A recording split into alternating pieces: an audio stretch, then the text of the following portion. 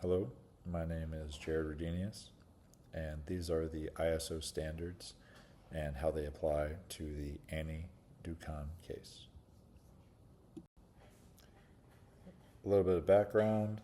Annie Dukan was a level 2 chemist for the Massachusetts Department of Public Health Drug Abuse Lab, and she was charged and convicted with obstruction of justice, tampering with evidence, and other crimes related to falsifying lab results. These are the 6 ISO standards we're going to be covering, and they include 4.1 with impartiality, 5.4 with structural requirements, 6.3 with facilities and environmental conditions, 7.2 with selection, verification, and validation of methods, 7.3 with sampling, and 7.4 with handling of tests or calibration. This is ISO 4.1 for impartiality, and specifically we're covering 4.1.3.1. The management system shall A, have a code of ethics as a part of the management's commitment to good professional practice. B, ensure annual review of the code of ethics by all personnel and retain a code of the review. And C, ensure appropriate actions are taken when necessary. Annie Dukan was given access to the evidence office to help with the other duties. She was then directly contacted by the ADA and asked to research data in this evidence office. Annie Dukan violated ethics by having broken the standard reporting protocol when the ADA directly contacted her, and she did not redirect them to the proper point of contact. She further violated laboratory ethics by divulging potentially sensitive information from a secure database. These actions compromise the integrity of the laboratory and their purpose, to be unbiased and focus on the results of the evidence testing. Next is ISO 5.4, structural requirements, specifically 5.4.2. Any event or nonconformity that could substantially affect the integrity of the laboratory activities and is related to an accreditation requirement or the requirements of regulatory authorities shall be disclosed to ANAB within 30 calendar days of the occurrence.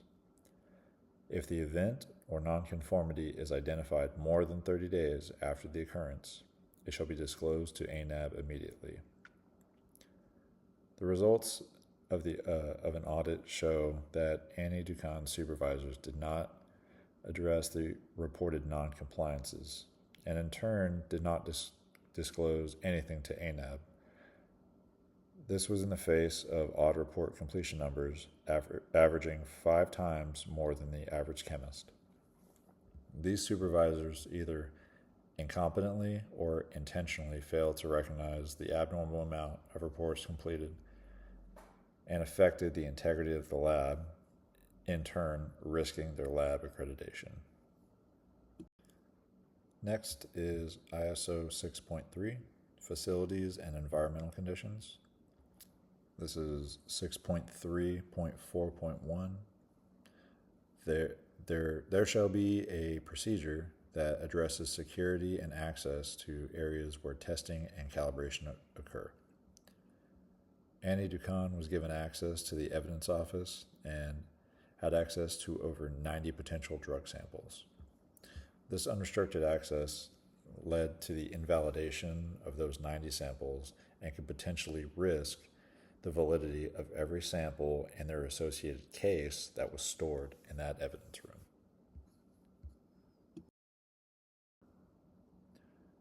This is ISO 7.2, selection, verification, and validation of methods. The laboratory shall use appropriate methods and procedures for all associated data analysis and interpretations. Annie Dukan admitted to the investigators that she had been dry labbing for at least 3 years. This is a direct violation of the ANAB code,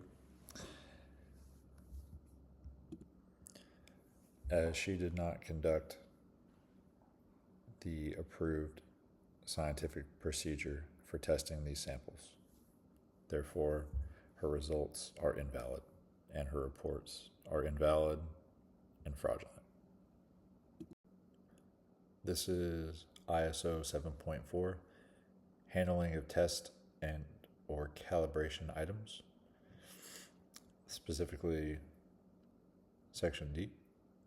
For all test items received except known origin individual characteristics database, samples, the procedure shall, we skip down to D, require chain of custody to securely and accurately identify the individuals or locations receiving or transferring the items, and the items being transferred in the chronological order of all transfers, including the date.